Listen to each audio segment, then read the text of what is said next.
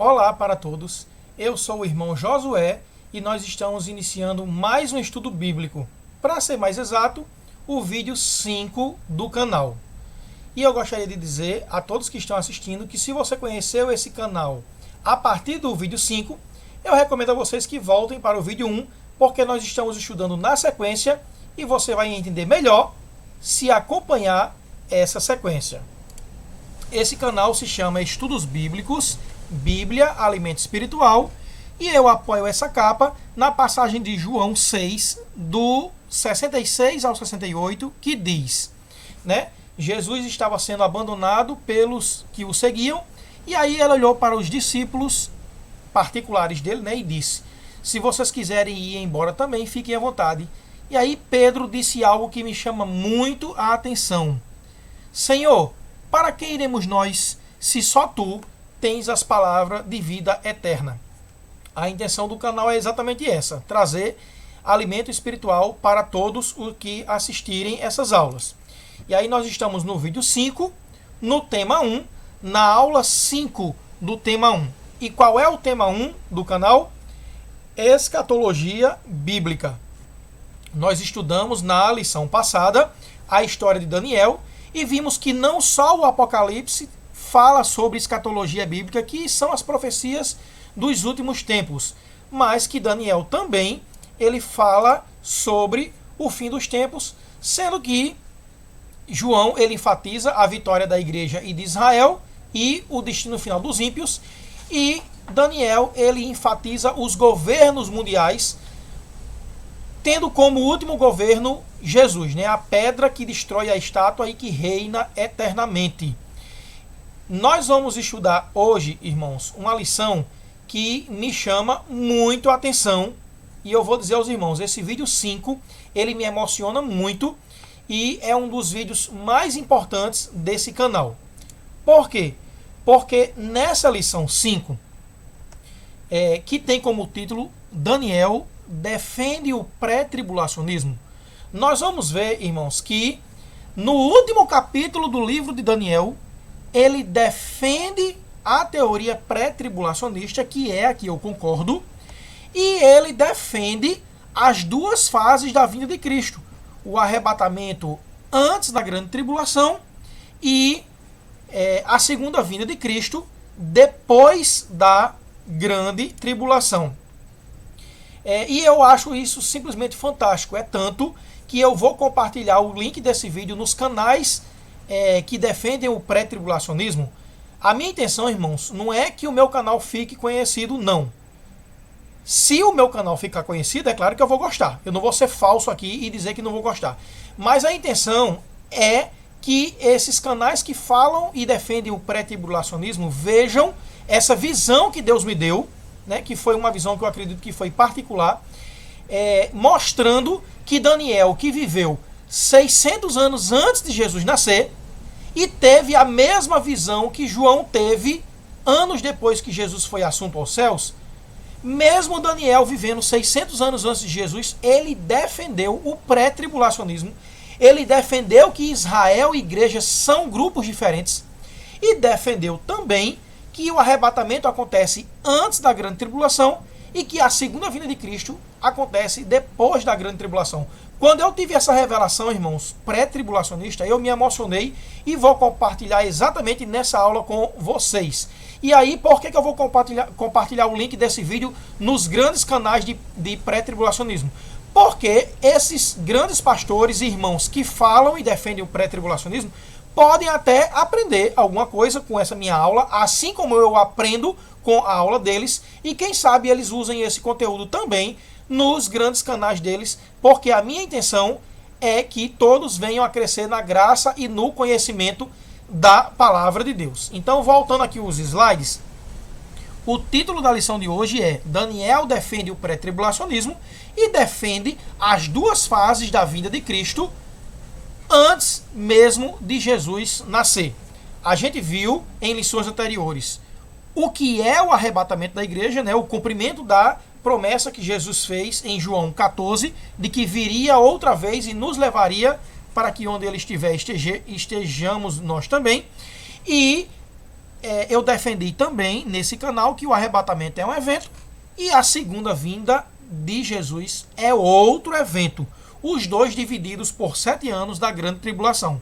Daniel, no capítulo 12, faz essa defesa de forma clara.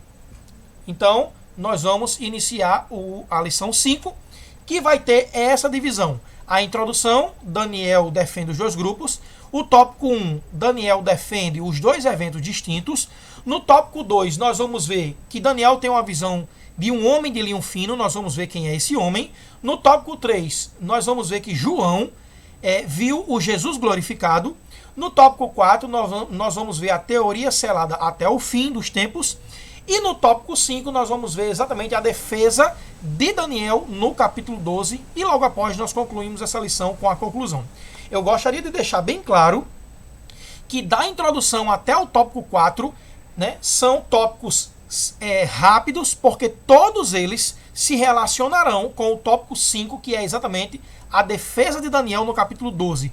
A aula mesmo vai acontecer quando a gente chegar no tópico 5. Né? Esses tópicos anteriores serão bem pequenos. Então nós vamos iniciar agora com a introdução, Daniel e os dois grupos. Quando a gente chegar no tópico 5 da lição de hoje, nós vamos ver de forma bem clara Daniel separando Israel, que foi a promessa que Deus fez a Abraão, a aliança perpétua. E Daniel também separa a igreja como sendo uma promessa feita por Jesus. Jesus veio para os seus, que era exatamente os judeus. Os seus não receberam, isso está registrado em João capítulo 1. Então a todos quanto o receberam e o aceitaram, ele deu-lhes o direito de serem feitos filhos de Deus. Então nós vamos ver que Daniel, no capítulo 12, defende a diferença entre Israel e igreja. Agora que a gente viu a introdução de forma bem prática e rápida, no tópico 1 nós vamos ver exatamente os dois eventos. Os pós-tribulacionistas defendem que o arrebatamento da igreja e a segunda vinda são um evento só. E isso vai acontecer no final da grande tribulação, que seria exatamente essa bolinha 3, essa bolinha cor de uva. O pré-tribulacionismo, que é o que eu defendo, mostra que o arrebatamento é essa bolinha verde 1 e ela acontece antes da grande tribulação começar, e que depois que o anticristo assumir, ele vai passar 3 anos e meio no governo dele, né? E 3 anos e meio finais vai ser a perseguição a todo aquele que adorar qualquer Deus que não seja ele. E que a segunda vinda acontece no final da grande tribulação. Quer dizer, nós vamos ver no tópico 5 dessa lição de hoje que Daniel defende exatamente que o arrebatamento da igreja acontece antes da grande tribulação e que a segunda vinda de Cristo acontece depois da grande tribulação. Certo? Para a gente entender essa defesa, é preciso visualizar o arrebatamento, que a gente já estudou em aulas anteriores, e visualizar a diferença que esse evento tem da segunda vinda de Cristo. Irmãos, você que está assistindo essa aula, precisa visualizar esses dois eventos e a diferença entre eles. Vamos ver agora o arrebatamento da igreja. 1 Tessalonicenses 4, o versículo 16 e 17 fala sobre o arrebatamento da igreja. Porque o mesmo Senhor descerá do céu com alarido e com voz de arcanjo e com a trombeta de Deus. E os que morreram em Cristo ressuscitarão primeiro. Depois nós, os que ficarmos vivos, seremos arrebatados juntamente com eles nas nuvens, a encontrar o Senhor nos ares, e assim estaremos sempre com o Senhor. Isso é o arrebatamento da igreja, irmãos. Agora eu gostaria de dizer a vocês que estão assistindo essa aula. Se eu, ou você que está assistindo a aula, ou outra pessoa tivesse uma visão do arrebatamento da igreja, sendo que a gente ficasse no chão, né? A gente não fosse encontrar o Senhor nos ares, a gente ficasse aqui no chão, visualizando nessa visão como seria o arrebatamento da igreja. O que é que a gente ia ver? Ou a pessoa que tivesse essa visão? Primeiro o céu se abrindo, o anjo tocando a trombeta, os mortos ressuscitando primeiro, os vivos sendo transformados e encontrando Jesus nas nuvens, recebendo roupas brancas, de linho fino e roupas resplandecentes. Se eu tivesse tendo essa visão, irmãos, eu vou dizer a vocês o que é que aqui na terra eu estaria vendo. Eu estaria vendo uma estrela brilhosa, que seria Jesus nas nuvens, e os crentes, tanto os mortos quanto os vivos, chegando nas nuvens com roupas brilhantes, resplandecentes, Só que eles estariam muito longe de mim, que estaria tendo a visão. Eu estaria aqui na terra. Então eu viria o céu totalmente estrelado, os crentes sendo como as estrelas no firmamento, e Jesus lá sendo uma super estrela, né? Porque eu estaria muito, muito longe dos arrebatados, eu estaria aqui na terra. Isso é o que uma pessoa que tivesse a visão do arrebatamento veria. Né? O céu totalmente estrelado, mas não seriam estrelas. Seriam os crentes se encontrando com Jesus com roupas resplandecentes de linho fino. Agora vamos ver a segunda vinda de Cristo. Porque no capítulo 12, Daniel defende que o arrebatamento é uma coisa e a segunda vinda de Cristo é outra. Em Mateus 24, do 29 ao 31, descreve a segunda vinda de Cristo. E logo depois da aflição daqueles dias, quer dizer, depois da grande tribulação, o sol escurecerá e a lua não dará a sua luz, então aparecerá no céu o sinal do Filho do Homem. E todas as tribos da terra se lamentarão e verão o Filho do Homem vindo sobre as nuvens do céu, com poder e grande glória. E ele, Jesus, enviará os seus anjos com rijo clamor de trombeta, os quais ajuntarão os seus escolhidos dentre os quatro ventos de uma a outra extremidade dos céus. A visão agora, irmãos, é essa. Jesus aparecendo no céu, todo olho vendo ele. Ele não leva a noiva do cordeiro, mas ele manda os anjos recolherem, né, as pessoas que se converteram, inclusive Israel, que aceitou Jesus como único suficiente Salvador durante a grande tribulação, e aí os anjos vêm e levam esses escolhidos. São dois eventos distintos e que as pessoas vão ver coisas diferentes no céu. Visualizem na mente de vocês esses dois eventos e vamos agora para o tópico 2, que é a visão que Daniel, 650 anos antes de Jesus nascer, Daniel viu um homem de linho fino. Vamos ver essa visão que Daniel teve e que está escrito no capítulo 10. E por que a gente está vendo isso no tópico 2? Porque quando a gente for estudar no capítulo 12 de Daniel, ele defendendo o pré-tribulacionismo, ele vai citar o homem de linho fino, mas ele não vai explicar quem é. Exatamente porque essa explicação está nos capítulos anteriores. E eu não vou estar lendo os capítulos anteriores com os irmãos. Então vamos ver agora no capítulo 10, esse homem de linho fino que Daniel viu. No capítulo 10, do versículo 4 ao 6, Daniel descreve uma visão que ele teve. E no dia 24 do primeiro mês, eu estava à borda do grande rio Hidekel. E levantei os meus olhos e olhei, e eis um homem vestido de linho, e os seus lombos cingidos com ouro fino de ufaz, e o seu corpo era como o berilo, e o seu rosto parecia um relâmpago, e os seus olhos como tochas de fogo. Não eram tochas de fogo, mas brilhavam como tochas de fogo, né? E os seus braços e os seus pés brilhavam como bronze polido, e a voz das suas palavras era como a voz de uma multidão. Imagine um estádio lotado, gritando pela seleção do seu país, e 10.000 pessoas falando ao mesmo tempo, dando o mesmo grito. Quando Daniel viu esse homem de linho fino, a voz dele parecia uma voz de uma multidão. Agora nós vamos ver o que aconteceu com Daniel quando ele teve contato com esse homem de linho fino, e o que esse homem fez para beneficiar Daniel. Isso está escrito no capítulo 10, os versículos 1, 7, 8, 10 e 11. No terceiro ano de Ciro, rei da Pérsia, foi revelada uma palavra a Daniel, e só eu, Daniel, tive aquela visão. Fiquei, pois eu, só, a contemplar essa grande visão, e não ficou força em mim. Transmudou-se o meu semblante, e não tive força alguma. Foi assim que ele ficou. O semblante dele caiu e ele perdeu as forças do corpo, na presença do homem de linho fino. E olha só o que esse homem fez com ele. E eis que certa mão me tocou e fez com que me movesse sobre os meus joelhos e sobre as palmas das minhas mãos. E falando ele comigo, esta palavra, levantei-me tremendo. Quer dizer que aquele homem de linho fino, na presença dele, Daniel perdeu as forças, mas ele confortou Daniel. Certo? Então, quem é esse homem de linho fino? A gente vai ver depois, agora nesse tópico 3, certo? Daniel não diz o nome desse linho fino, mas desse homem de linho fino, mas ele descreve o homem com perfeição e o que acontece com ele. Agora nós vamos para o tópico 3, ver João e a visão do Jesus glorificado. Na ilha de Patmos, João viu Jesus glorificado. Vamos ver a descrição de João, o que aconteceu com ele e o que Jesus fez com ele. Olha só agora, nós estamos em Apocalipse, capítulo 1, dos versículos 12 ao 15, que diz, João falando, e virei-me para ver quem falava comigo, e virando-me vi 7 castiçais de ouro, e no meio dos 7 castiçais, um semelhante ao Filho do Homem, vestido até os pés de uma roupa comprida e cingido pelos peitos com um cinto de ouro. E a sua cabeça e cabelos eram brancos como lã branca como a neve, e os seus olhos como chama de fogo, e os seus pés semelhantes a latão reluzente, como se tivessem sido refinados numa fornalha.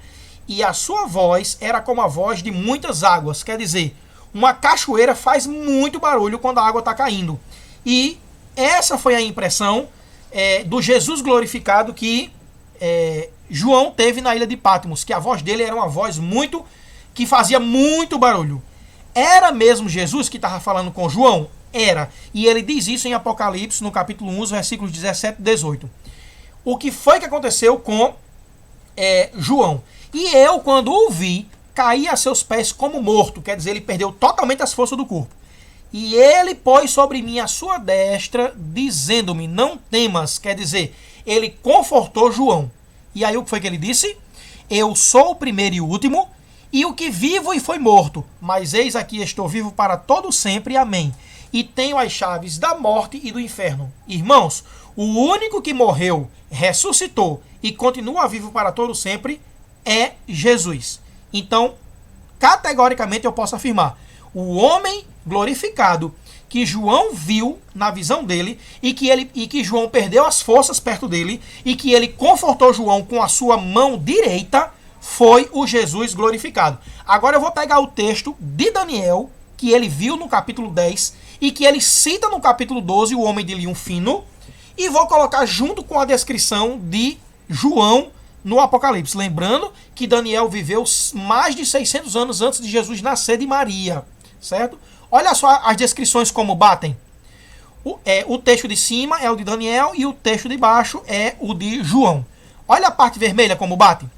Daniel diz, e eis um homem vestido de linho, e os seus lombos cingidos com ouro fino de ufaz. Aí o que é que João diz? Vestido até aos seus pés com a roupa comprida, e cingido pelos peitos com um cinto de ouro. Quer dizer, João e Daniel viram o mesmo homem. Aí essa parte de preto é o que cada um descreveu que não combina um com o outro. O outro, né, não deu muita ênfase a isso. Daniel disse que o corpo dele era como o berilo, e já João citou os cabelos de Jesus. E a sua cabeça e cabelos eram brancos como lã, branca como a neve. Certo? Isso aí eles viram coisas diferentes. Mas vamos ver agora a parte cor de uva e a parte amarela.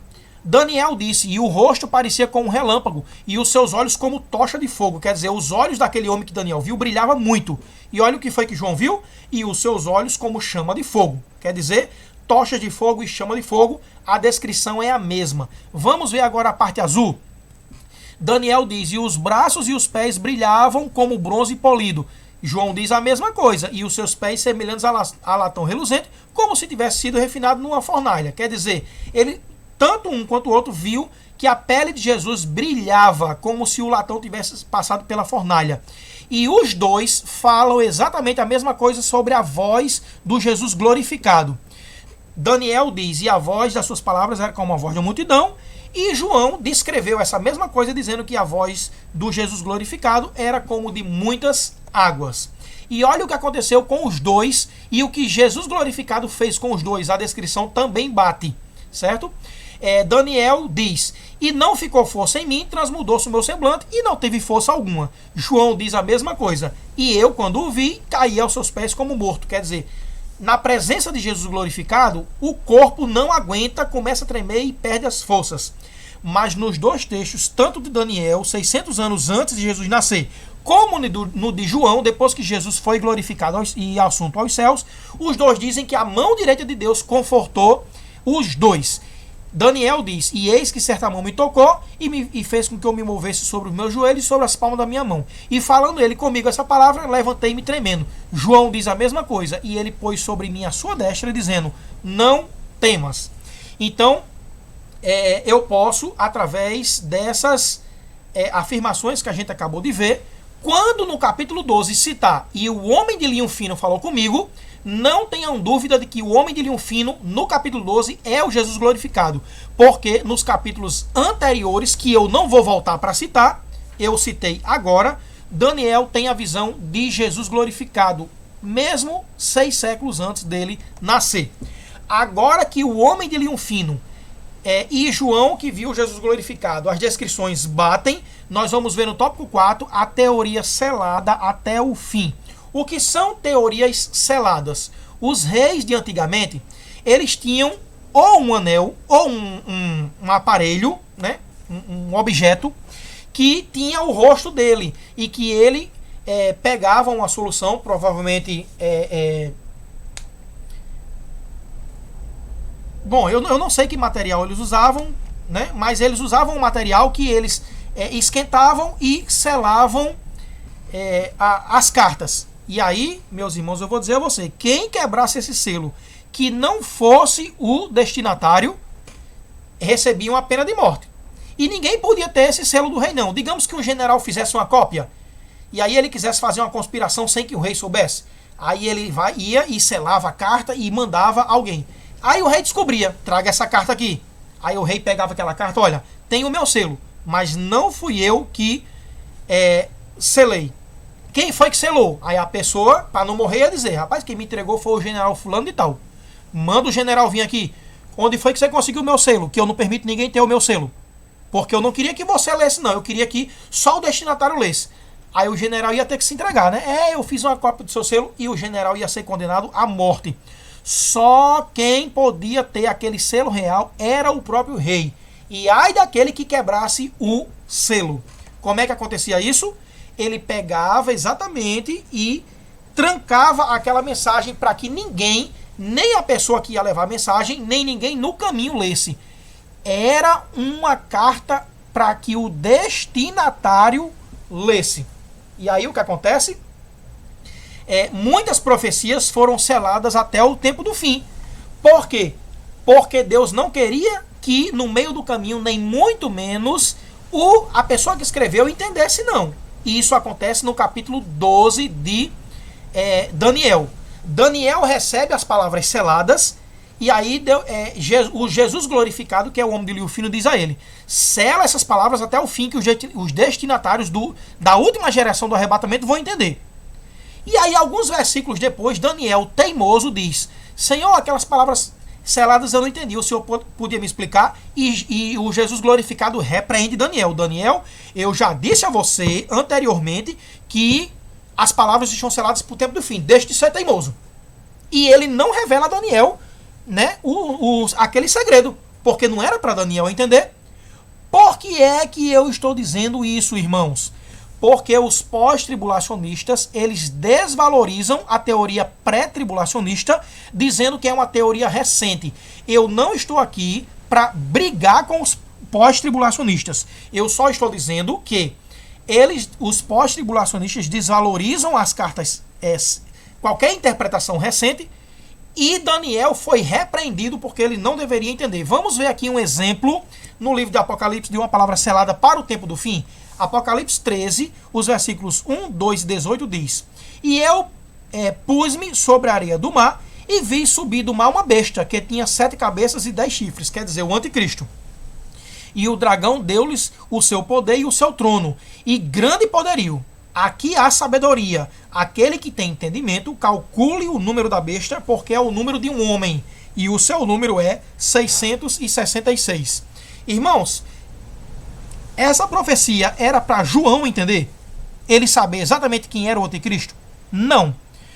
Quando o anticristo assumir e o iníquo, o filho da perdição, for revelado, aquele que tem entendimento na época, porque essa profecia está selada inclusive hoje, é que vai entender quem é o anticristo.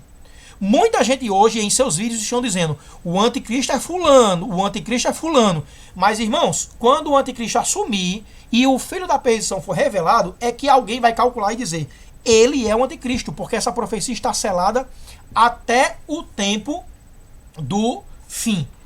Certo? E aí, por que eu estou falando isso? Porque na maioria dos sites pós-tribulacionistas, e eu não estou aqui para brigar, afirma exatamente que a gente não deve considerar profecias atuais. Olha só o que eu encontrei num site pós-tribulacionista. Sempre que o cristão encontra uma doutrina que não foi ensinada por alguém de qualquer ramo da Igreja de Cristo durante os 18 séculos passados, ele deveria ter muita suspeita de tal ensino. Esse fato, quer dizer, o tal ensino, em e por si só, não prova que o novo ensino é falso, mas deveria definitivamente levantar suspeitas. Eu vou fazer um comentário sobre o que está escrito até aí, até levantar suspeitas. Esse comentário pós-tribulacionista está deixando bem claro que a gente deve levantar suspeitas e não acreditar em teorias recentes. E aí eu vou continuar lendo o texto. O arrebatamento secreto pré-tribulacional é uma doutrina que nunca existiu antes de 1830. A primeira pessoa a mencionar a doutrina foi uma jovem chamada Margaret MacDonald. O que é que os sites pós-tribulacionistas querem dizer com isso? Não acredite em Margaret MacDonald, porque essa teoria de 1830, quando a gente começa a falar de pré-tribulacionismo, esse é o primeiro argumento de um pós-tribulacionista. Essa teoria é recente, né, Margaret MacDonald, e nós não devemos dar atenção a isso não. E eu gostaria de aparecer na tela agora e dizer aos irmãos, essa palavra foi selada, Daniel ainda teimou, dizendo eu quero entender, e o Jesus glorificado disse, não é para você entender. Essa revelação só será dada no fim dos tempos. E, irmãos, nós estamos no ano 2021. Se a teoria pré-tribulacionista fosse desse ano, 2021, eu, Josué, ainda acreditaria nela. Porque isso não é uma teoria para Daniel entender 600 anos de Jesus, nem para João entender 70 anos antes de Jesus. Isso é uma teoria que vai ser desvendada pelo povo da geração anterior ao arrebatamento da igreja. E Daniel deixa isso bem claro no capítulo 12 dele. Vamos voltar, né, à teoria pré-recente e vamos iniciar agora o que realmente importa na aula de hoje, que é Daniel defendendo o capítulo 12, né, que no capítulo 12 ele defende o pré-tribulacionismo e defende que a igreja e Israel são grupos diferentes, certo? A aula vai começar mesmo agora. E aí eu gostaria de dizer algo para os irmãos. Tudo que eu copio nas minhas aulas, eu dou Ctrl+C e Ctrl+V de sites evangélicos ou digito. Mas eu fiz questão de, na defesa 12, do capítulo 12, de mostrar que Daniel defende o pré-tribulacionismo, eu bati uma foto da minha Bíblia. Eu não quis dar Ctrl+C e Ctrl+V para ninguém dizer que eu estou manipulando. Na minha Bíblia, ela é a página 1159, e eu gostaria de mostrar aqui, ó, a minha Bíblia e a página de onde eu bati a cópia. Graças a Deus que está, o capítulo 12 está todo numa página só. Já imaginou se ele tivesse em páginas diferentes e eu tivesse que recortar e colar? Alguém poderia dizer que eu estou manipulando. Mas está aqui, irmãos, página 1159, o capítulo 12 de Daniel na minha Bíblia.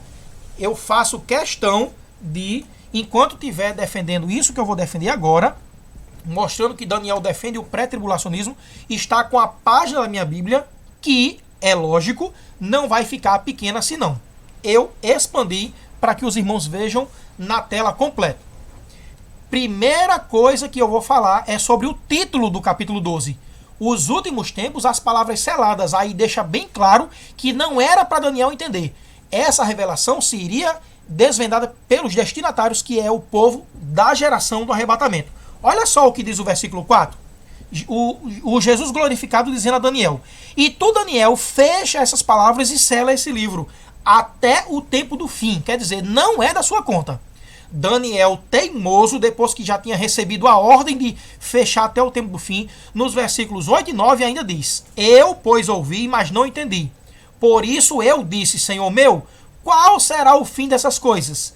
E ele, o Jesus glorificado, disse: vai, Daniel, porque essas palavras estão fechadas e seladas até o tempo do fim. Isso aí, irmãos, foi um brá que Daniel levou. No versículo 4, Jesus não já tinha dito: cele que o pessoal do fim vai entender?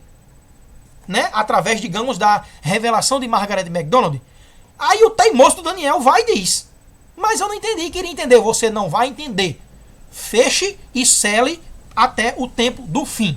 Aí começa a defesa de Daniel. Vamos ler aqui o versículo 1. E naquele tempo se levantará Miguel, o grande príncipe, que se levanta pelos filhos do teu povo, e haverá um tempo de angústia, qual nunca houve, desde que houve nação até aquele tempo. Mas naquele tempo livrar-se-á o teu povo todo aquele que se achar escrito no livro, e nós sabemos que é o livro da vida. O que é que os irmãos entendem por isso aqui? E haverá um tempo de angústia, qual nunca houve, desde que houve nação. Eu espero que todo mundo que está assistindo a aula concorde comigo que isso aí é o período da grande tribulação, certo? E agora, mas naquele tempo livrar-se-á o teu povo todo aquele que se achar escrito no livro. Então, Daniel mostra bem claro que viria um tempo de angústia, que é a grande tribulação, e que o povo que tivesse o seu nome escrito no livro seria liberto. Esse texto, irmão, combina exatamente com Apocalipse 3,10, que diz: porque guardastes a palavra da minha paciência, eu te guardarei da hora da tentação que há de vir sobre todo mundo. Então aqui fica bem claro que um grupo que está escrito no livro será liberto antes da grande tribulação começar. Né? O texto está deixando bem claro. Mas naquele tempo livrar-se-á o teu povo todo aquele que se achar escrito no livro. O tempo de angústia é a grande tribulação. Mas só que aí não está dizendo quem é o povo. Aí está dizendo que o povo será livre. Vamos entender então quem é o povo que será livre, certo? É Israel que vai ser livre desse tempo de angústia, qual nunca houve nação, que é a grande tribulação. O povo será livre, mas quem é esse povo? Nos versículos 2 e 3, nós teremos a explicação de exatamente quem é esse povo. Olha a descrição do que Daniel viu. E muitos dos que dormem no pó da terra ressuscitarão, uns para a vida eterna e outros para a vergonha e desprezo eterno. Os sábios, quer dizer, os que estão escritos no livro da vida, pois resplandecerão como o resplendor do firmamento. O firmamento é o céu. E os que a muitos ensinam a justiça, quer dizer, os que a muitos ensinam a Bíblia, refugirão como as estrelas, sempre e eternamente. Irmãos, essa é a descrição de Tessalonicenses que eu pedi aos irmãos lá no início da aula para memorizarem. Aí está dizendo a ressurreição dos mortos, e os sábios que não morreram, nós os que ficarmos vivos, resplandeceremos como estrelas. Essa foi a visão que Daniel viu e que eu pedi para os irmãos imaginarem. Jesus no céu como uma estrela brilhante, e os salvos, tanto os mortos que ressuscitaram, como também os crentes transformados, recebendo roupas resplandecentes e se encontrando com o Senhor aonde? No firmamento, nos ares. Está aí a descrição, irmãos, de forma bem clara do arrebatamento da igreja. Os irmãos estão vendo que eu estou falando agora, diferentemente de como eu falei no início da aula, e diferentemente de como eu falo em todas as aulas, que eu estou falando empolgado. Eu estou falando empolgado porque eu tenho certeza, irmãos, que esse é o grupo que descreve o arrebatamento da igreja. Aí você pode dizer, Israel está aí dentro. Vamos ver se Israel e a igreja é o mesmo grupo. Sem nenhuma dúvida, o tempo de angústia que está citado no versículo 1 é a grande tribulação, e que esse grupo que ressuscita, os mortos ressuscitam primeiro, e os outros crentes se parecem com estrelas, porque serão transformados a encontrar o Senhor nas nuvens, está descrito aí. Certo? Sem nenhuma dúvida, isso aí é o arrebatamento da igreja. Agora vamos continuar lendo, já que foi citado o tempo de angústia e que quem subir no arrebatamento vai ser livre desse tempo. Versículo 4, 5 e 6. E tu, Daniel, fecha essas palavras e sela esse livro até o tempo do fim. Muitos correrão de uma parte para outra e a ciência se multiplicará. Aí pronto, Jesus fecha o assunto. Aí agora Daniel falando dele mesmo. E eu, Daniel, olhei, e eis que estavam outros dois. Um dessa banda à beira do rio e o outro da outra banda à beira do rio. Olhe que Daniel está continuando a profecia, já tendo concluído o assunto, falando que a grande tribulação vai vir e que o povo escrito no livro da vida, os mortos ressuscitam primeiro e os sábios são transformados como estrelas, recebendo roupas de linho resplandecente. Pronto, acabou esse assunto de arrebatamento da igreja, aí ele continua. Versículo 6. E ele disse ao homem vestido de linho, que é o Jesus glorificado, que estava sobre as águas do rio: que tempo haverá até ao fim dessas maravilhas? Quer dizer, qual é as maravilhas que está sendo citado aí? O tempo de angústia, a grande tribulação. Quando é que a grande tribulação vai acabar? É o que Daniel está perguntando. Aí o homem de linho fino, que é o Jesus glorificado, diz: e eu vi o homem vestido de linho que estava sobre as águas do rio, quando levantou a sua mão direita e a sua mão esquerda ao céu, e jurou por aquele que vive eternamente, quer dizer, Deus Pai, que depois de um tempo, de tempos e metade de um tempo, e quando tiverem acabado de destruir o poder do povo santo, todas essas coisas serão cumpridas. Agora me deu um nó na minha cabeça. Como é que no versículo 1 está falando que vai haver um tempo de angústia e que o povo seria livre com os mortos ressuscitando primeiro e os vivos seriam transformados como estrelas a encontrar o Senhor nos ares? Como é que esse grupo que foi livre da grande tribulação agora está dizendo aqui que depois de 1 ano, 2 anos e meio, quer dizer, 3 anos e meio da grande tribulação, e quando tiverem acabado de destruir o poder do povo santo? Notoriamente, irmãos, estamos falando aí de 2 grupos. Um grupo que é livre da grande tribulação, e depois que o assunto muda, Daniel pergunta: quando é que acaba a grande tribulação? Quando acabarem de destruir o poder do povo santo. E aí vem a pergunta, irmãos: quem é esse povo santo? É a igreja? Ora, a gente já viu no versículo 2 e 3 que a igreja foi arrebatada. E agora fica a pergunta: quem é esse outro povo santo? Que o pós-tribulacionista diz que a igreja e Israel são exatamente o mesmo grupo.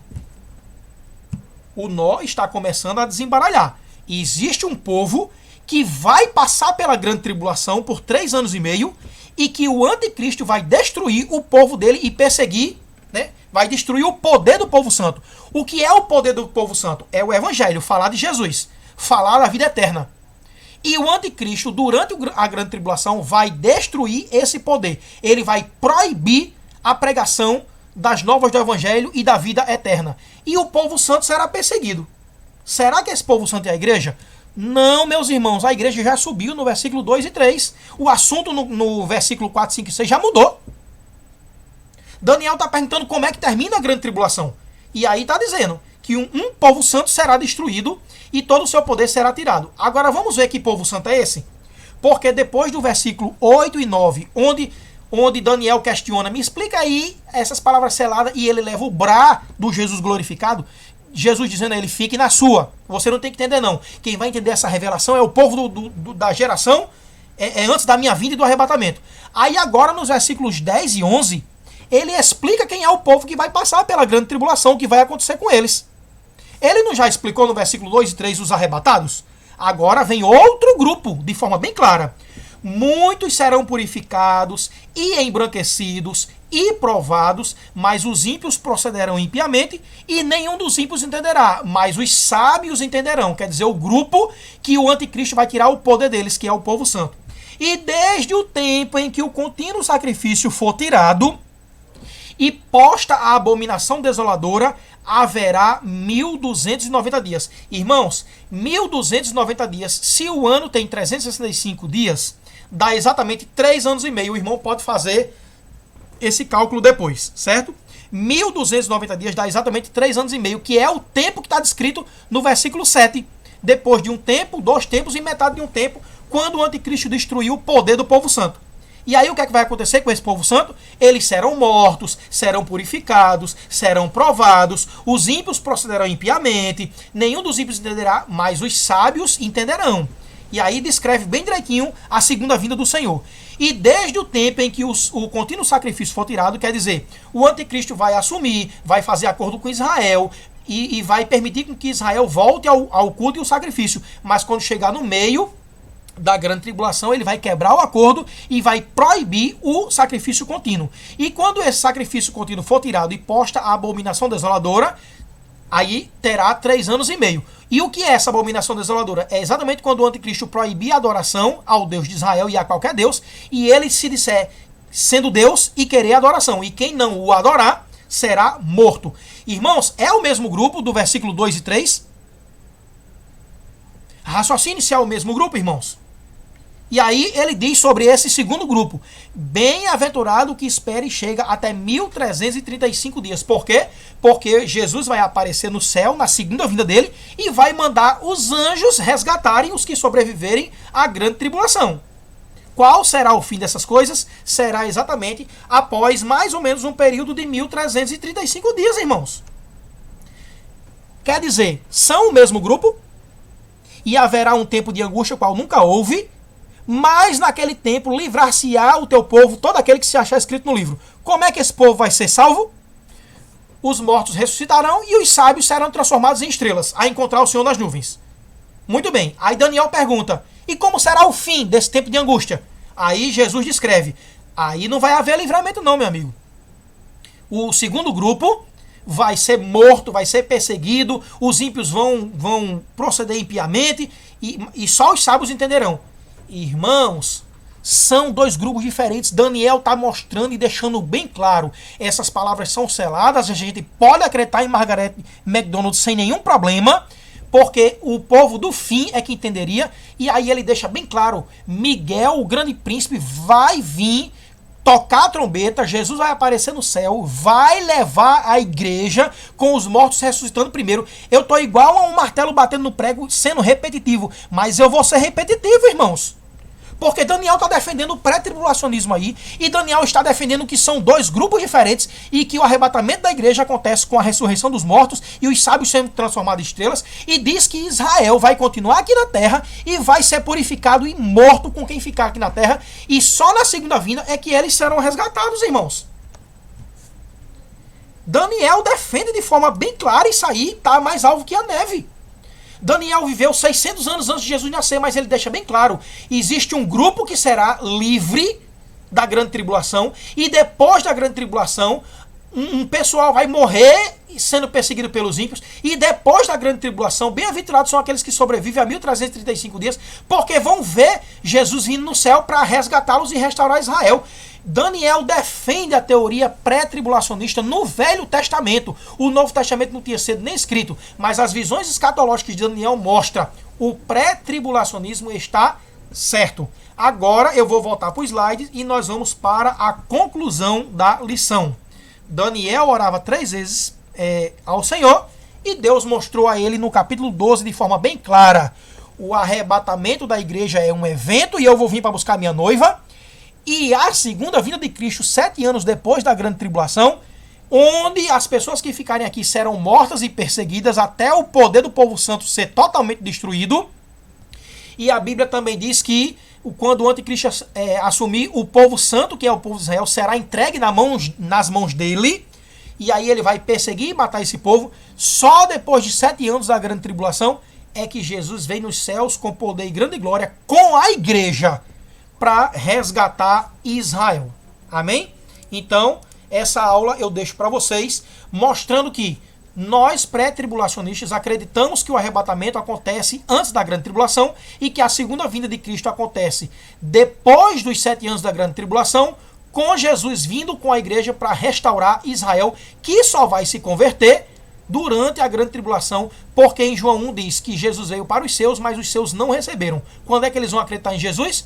Durante a grande tribulação, certo? Então nós estamos concluindo a lição 5, o vídeo 5 do meu canal, mostrando que Daniel no Velho Testamento defendeu o pré-tribulacionismo e que o arrebatamento da igreja é um evento e a segunda vinda de Cristo é outro evento. Até a aula que vem.